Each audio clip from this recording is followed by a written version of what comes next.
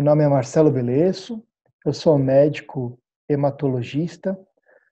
Gostaria de agradecer ao convite da Casa Hunter, em nome da Ariadne. Muito obrigado, Ariadne, pelo convite. E vou apresentar para vocês, focando no paciente e em seus familiares, para um público não médico, o que é a doença de Castleman.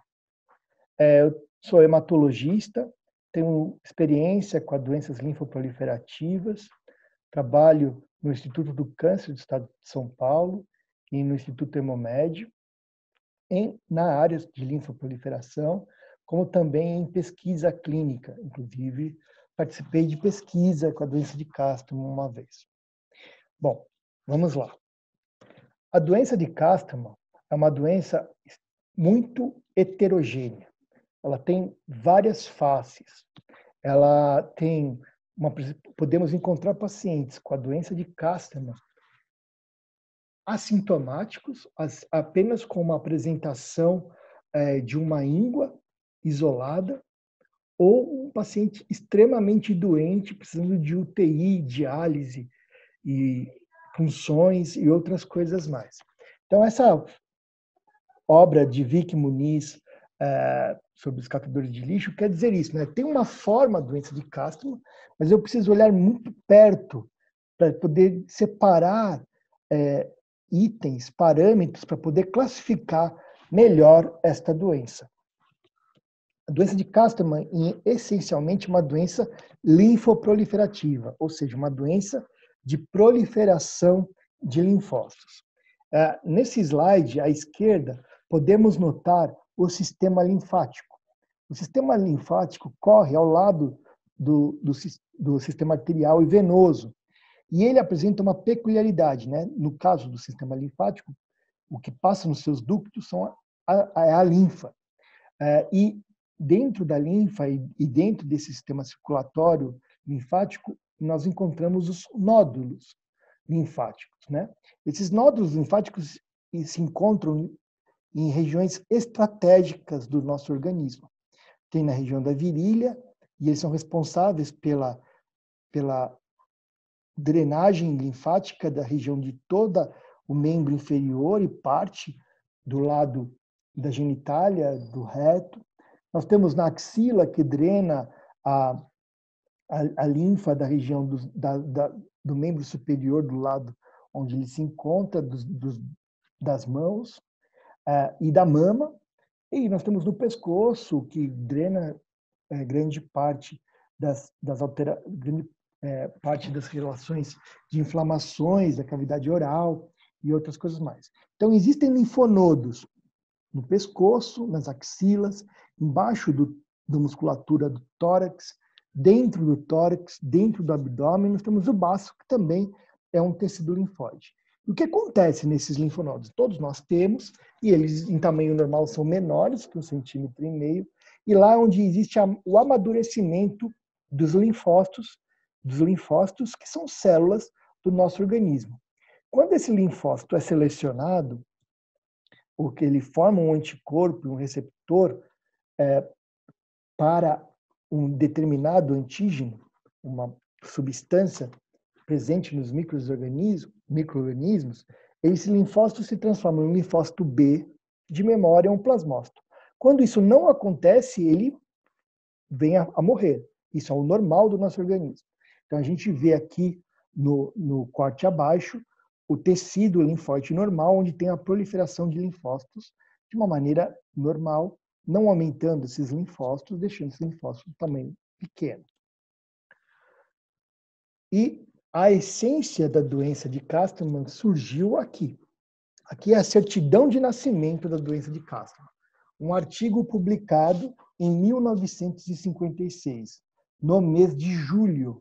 Tanto é que nós lembramos a população mundial sobre a doença de Castleman no dia 23 de julho, data escolhida por Benjamin Castleman, quando foi publicado esse artigo.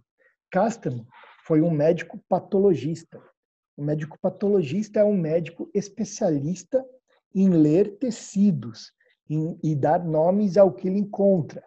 né? Então, ele coletou 13 casos, aqui é a publicação desse artigo, ele publicou 13 casos de pessoas que estavam com sintomas e pessoas assintomáticas que tinham uma característica em comum, que era aumento de linfonodos, principalmente no tórax.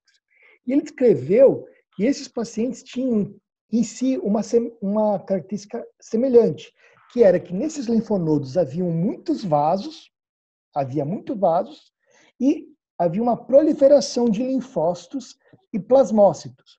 Só que, diferente dos linfomas, esses linfócitos e esses plasmócitos eram diferentes entre si. Já o linfoma, eles são semelhantes. No caso aqui, ele descreveu que eles eram diferentes. Então, aqui é a foto do artigo publicado por ele em 1956, e aqui é uma foto atual. Então, nós vemos uma proliferação de linfócitos com vasos proliferando ao lado e de plasmócitos também. Bom, como que a doença de Castleman se apresenta? Ela se apresenta essencialmente pelo aumento dos linfonodos. Qual é o tamanho de um linfonodo normal? Menor que 1,5 cm. Então, acima de 1,5 cm é um linfonodo aumentado. Então, aqui eu estou mostrando a apresentação de uma íngua, um linfonodo aumentado na região do pescoço deste senhor. E pode ser esta a única apresentação dessa doença. Entretanto, nós podemos encontrar outros sintomas, como febre, que é a temperatura axilar maior ou igual a 37,8 graus Celsius. Geralmente, essa febre vem no final do dia e o paciente não fica derrubado, como nos quadros infecciosos, geralmente. Além disso, podemos encontrar suor noturno excessivo. É muito difícil falar de suor noturno no Brasil, um país tropical, mas é diferente da transpiração que nós temos na cama. É um suor que molha o lençol da cama, que molha a fronha do travesseiro, que molha o pijama do doente, fazendo com que ele mude a roupa de cama e sua roupa na noite, durante a noite. É um suor frio, extremamente característico. E emagrecimento. Geralmente é emagrecimento de 10% do peso em 6 meses, sendo que esse emagrecimento não está relacionado à mudança de hábito, como atividade física ou de dieta. O paciente emagrece sem esforço, né? Está sendo consumido pela doença. Além disso, nós podemos encontrar, além das ínguas, a anemia, né? Sintoma de anemia, que é a falta de oxigênio nos tecidos. Se eu tenho falta de oxigênio no tecido cerebral, eu posso ter dor de cabeça, sonolência, apatia. Eu tenho uma fraqueza, porque esse oxigênio não chega de forma adequada na musculatura. Então, eu tenho uma fraqueza importante. Eu posso ter dor no peito e outras coisas mais, sintomas da anemia. Podemos ter aumento do baço e à esquerda e do fígado por proliferação desses linfócitos. Além disso, nós podemos ter extravasamento de líquido dentro da caixa torácica, entre o pulmão e a parede da caixa do tórax, que se chama derrame pleural, e também líquido dentro da cavidade abdominal, conhecida como a barriga d'água ou ascite, presente em várias doenças. Gostaria de frisar aqui para vocês que não existe um sintoma característico e exclusivo desta doença. Essas manifestações podem estar presentes em doenças inflamatórias, em doenças neoplásicas, como linfoma, por exemplo, como doenças infecciosas. Um exemplo é a tuberculose. Então, nenhum desses sintomas são típicos e únicos da doença de Castro. Então, o paciente começa a sintomatologia dele, ele procura o clínico geral ou um próprio infectologista, porque os pacientes que apresentam esses sintomas geralmente apresentam infecção. A infectologista investiga e diz: isto não é infecção. Eu acho bom você passar por um hematologista e por um reumatologista. O reumatologista é o especialista de doenças autoimunes, doenças inflamatórias. Ele busca informação, ele estuda o doente e não consegue definiu um diagnóstico para esse doente e diz: isso não é uma doença autoimune. Aí vai para o hematologista e o oncologista preocupados em ser câncer, investiga o paciente e fala: isso não é câncer. Então, a jornada do paciente com doença de Castleman é longa, infelizmente não é rápida. Deveria ser rápida, mas demora, porque passa por vários especialistas que vão excluindo doenças muito mais frequentes, até chegar no hematologista que pede uma biópsia. Isto é fundamental. Não tem como não fazer o diagnóstico da doença de Castleman sem a biópsia. A biópsia, o ideal de uma biópsia é ser feita retirando um pedaço desse linfonodo, dessa íngua, ou o linfonodo inteiro. Isto é o ideal, que é feito por um cirurgião. Uma outra possibilidade é fazer a biópsia por radiointervenção. O que é isso? Um médico especialista em imagem, chamado radiologista, vai no linfonodo, na íngua aumentada suspeita, com uma agulha grossa, guiada por um ultrassom ou por tomografia. Essa agulha grossa perfura essa íngua e retira um fragmento desse tecido, ou vários fragmentos desse tecido, e encaminha para o patologista. Então, o patologista, como Benjamin Castleman, vai lá e vai olhar esse tecido e vai falar: característico de doença de Castleman. E o hematologista, junto com o patologista, com a informação do patologista, vai definir o diagnóstico. O diagnóstico não é exclusivo do patologista, mas é fundamental a presença dele, e é fundamental a presença do hematologista para descartar outras doenças. Então, nós temos as apresentações diversas da doença de Castleman. Nós temos a doença unicêntrica, que tem um perfil muito tranquilo, que é o acometimento de um único linfonodo, de um único sítio, chamado unicêntrico, e o paciente não tem sintoma.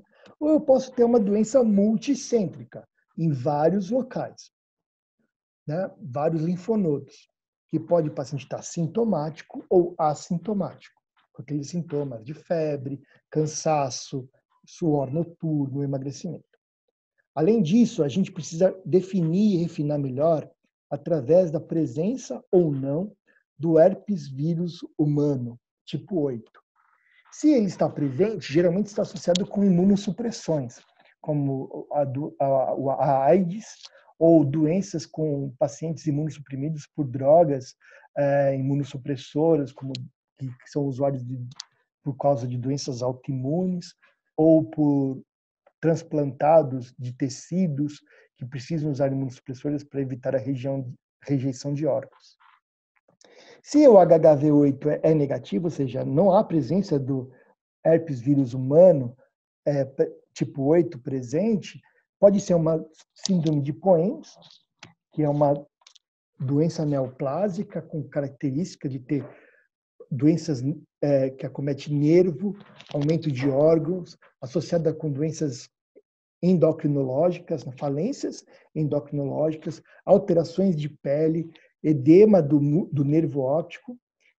Então, o médico, quando tem a doença de Castleman em mão multicêntrica, ele tem que pensar nessa apresentação, que não é da apresentação da doença de Castleman, é uma outra doença chamada síndrome de Poems, e se ele exclui isso, ele tem essa doença chamada doença de Castleman multicêntrica idiopática.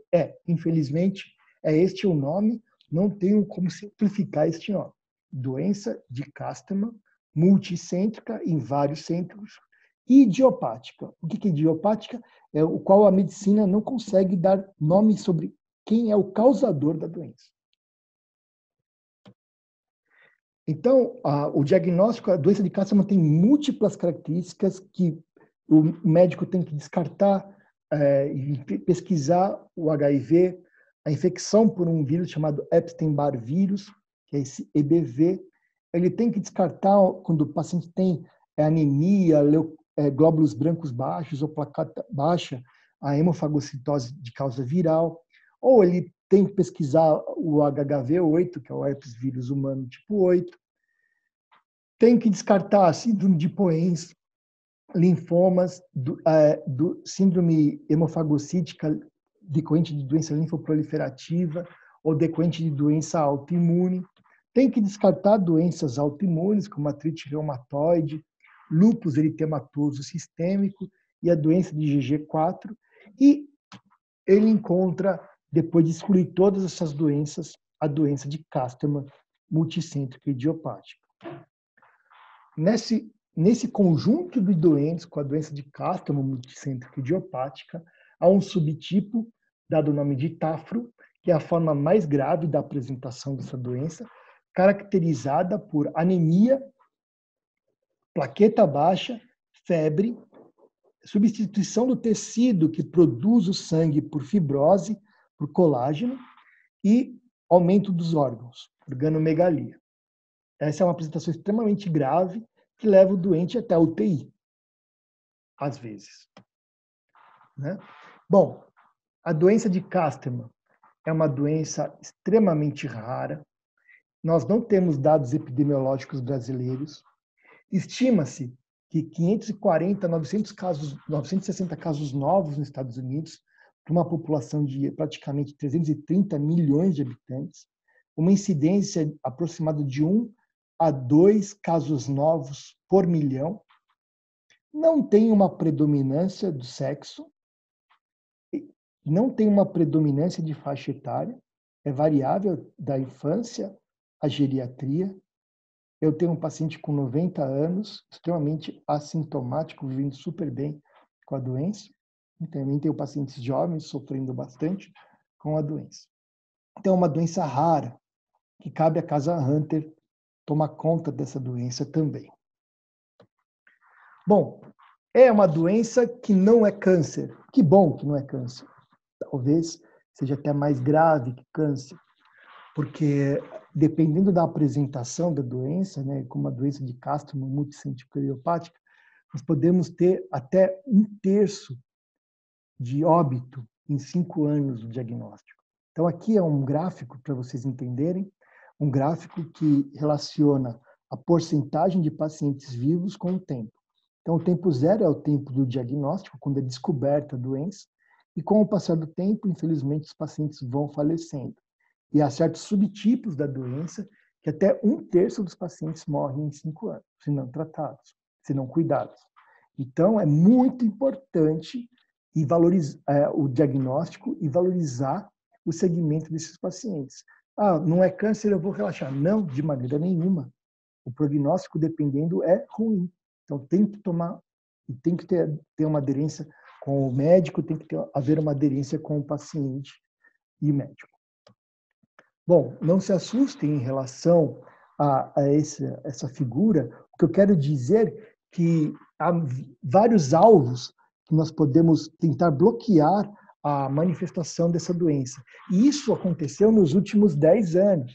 Então, a evolução dessa doença, do conhecimento da doença, é extraordinário. Nos últimos 10 anos, a gente consegue bloquear alguns canais, alguns mediadores dessa doença. Então, o paciente que está muito doente, ele sofre uma tempestade de interleucinas. O que são interleucinas?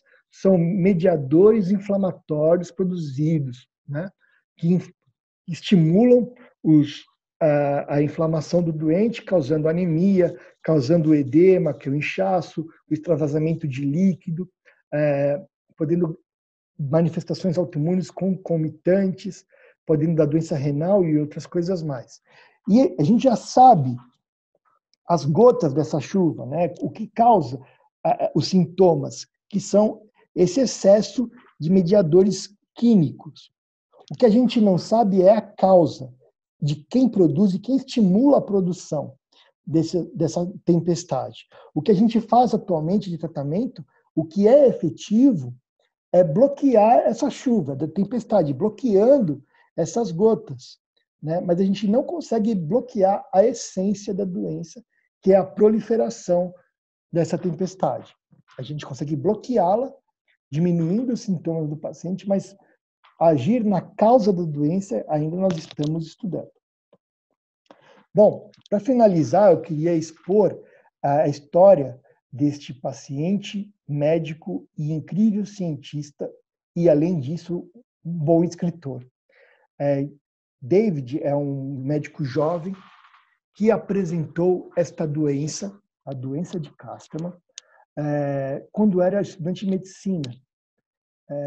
Ele perdeu sua mãe com câncer cerebral e depois de um certo tempo, durante a faculdade, ficou extremamente doente. Então, vocês podem notar aqui a barriga d'água, que eu havia dito inicialmente, né, que extravasamento de líquido vindo da cavidade abdominal. E o interessante da história de David é que ele não conhecia muito bem a doença quando ficou doente, muito menos os médicos que o trataram inicialmente na Pensilvânia. Ele passou por toda essa jornada do paciente, sofreu bastante, e na primeira vez que apresentou a doença, não foi feita a biópsia, que é fundamental para o diagnóstico. Deram remédio para ele acabou melhorando, mas voltou a doença de uma forma mais grave, até que na segunda vez ele foi feita a biópsia e foi feito o diagnóstico da doença de Castleman. Desde então, ele se tornou um assíduo conhecedor da doença, juntou pessoas, cientistas, para estudar cada vez mais essa doença. Ele hoje é uma referência mundial sobre a doença, criou um grupo, uma rede de médicos e de pacientes que têm a doença. Então, assim, quem tem interesse sobre essa doença, é muito interessante ler esse livro. Esse livro foi publicado ano passado, eu tive a oportunidade de ler, realmente é uma história extraordinária, no qual ele transforma a esperança baseado em ação, né? Ele não ficou passivo, ele foi atrás do conhecimento e juntou pessoas para que pudesse se classificar melhor. Essa classificação em relação ao HHV8, que eu havia dito inicialmente, é fruto do trabalho dele, dele e de outros médicos. Aqui está o site da rede colaborativa da doença de Castleman, elaborada por ele e outros médicos. É muito interessante se filiar a essa rede. Peça para o seu médico que trata sobre a doença de Castleman filiar a ele, filiar a essa rede.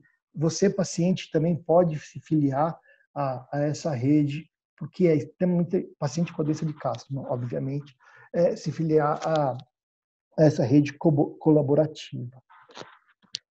Aqui foi uma foto de uma reunião que eu tive a oportunidade de participar junto com o David, essa posição assim de luta, né, de enfrentamento à doença, que é característica do David. É uma reunião que foi no sábado do Congresso Americano de Hematologia, que foi em dezembro do ano passado.